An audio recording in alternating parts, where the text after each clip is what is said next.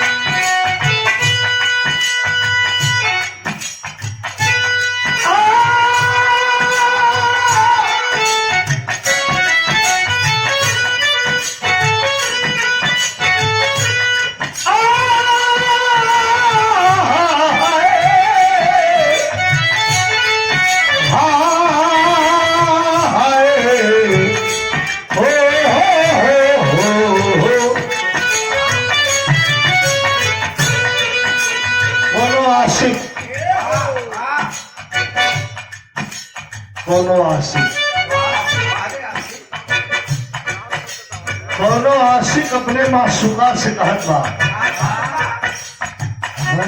जनली की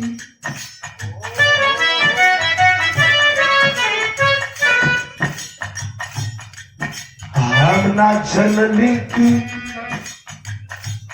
इतना सिंगार कर तू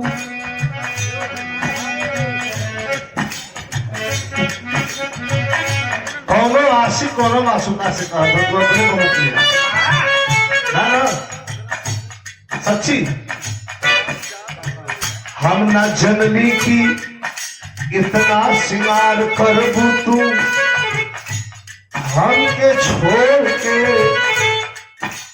दूसरा से प्यार करबू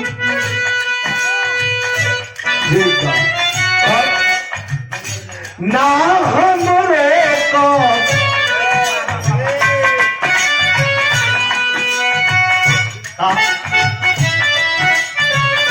ना हमरे को ना हमरे को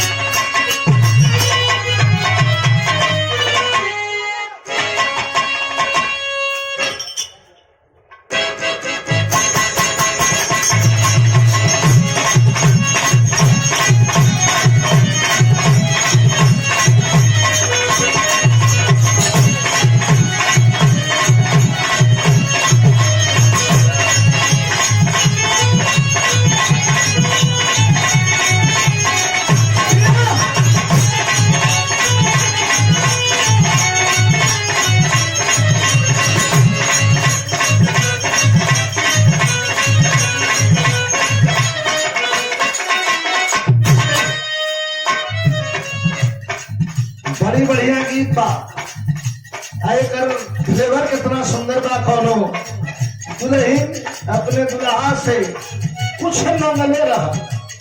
क्या मंगले रहा मास्टर यह मंगले रहा पिया जात बड़ा सहरिया हो पिया जात बड़ा सहरिया हो बड़ा दिमाग रख ले हो कह तोरे को बड़ा हम दिमाग रख ले सब कहल का चाप हो हमके आरा जाए के जल्दी ज्यादा कह जा लेकिन पिया जात बड़ा सहरिया हो एगो बात हम बड़ा सहरिया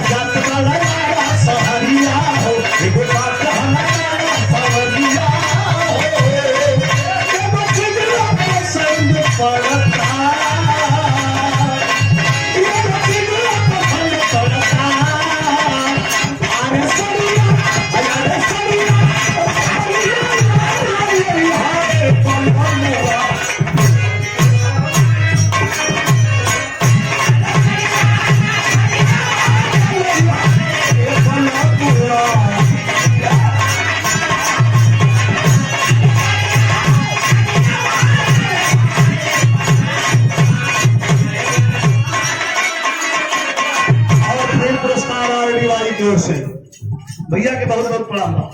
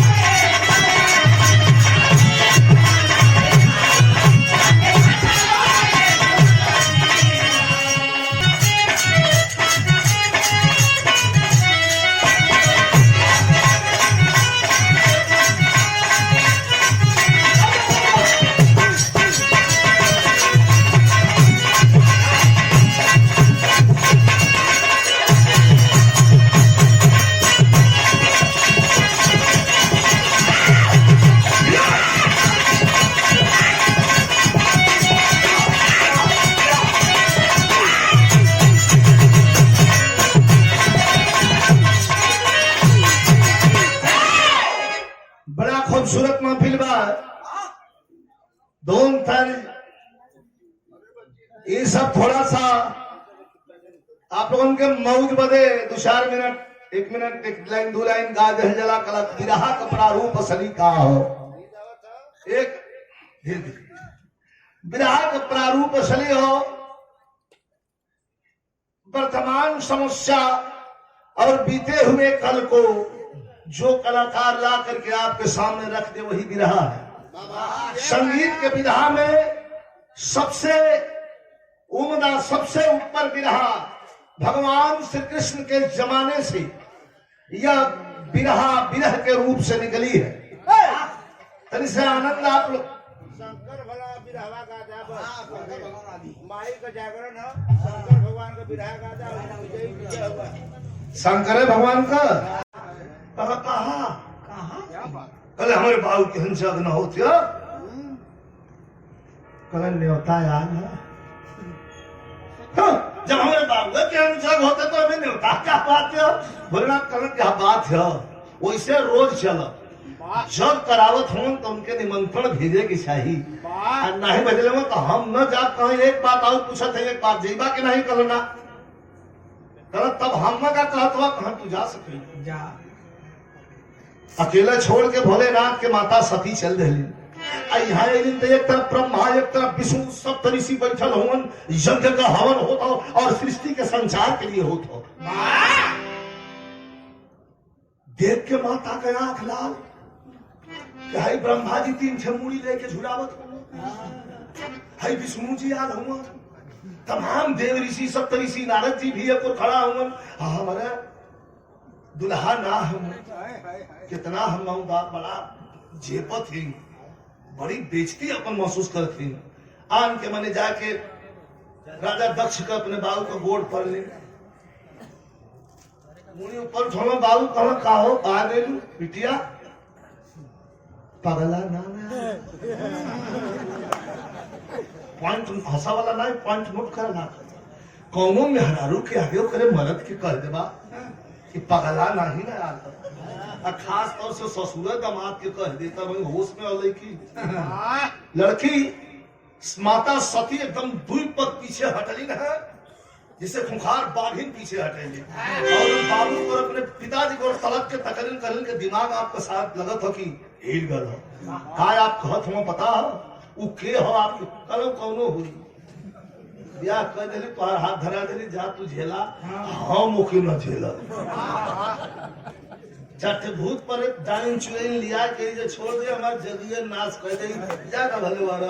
ये से हम काट ना भेज दी अरे बाप रे बाप एकदम लाल होकर दौड़ के हवन कुंड में लहलहाट जो हो तुम जलत हो हवन कुंड और वही में जाके अपने आप की करीब तो हम जगिए करवा देंगे जाके में भांज खुद गए हा जरण गए यार कैलाश पर्वत पर भगवान भोले शंकर के आंख खुल गई ये तो बड़ा बुरा है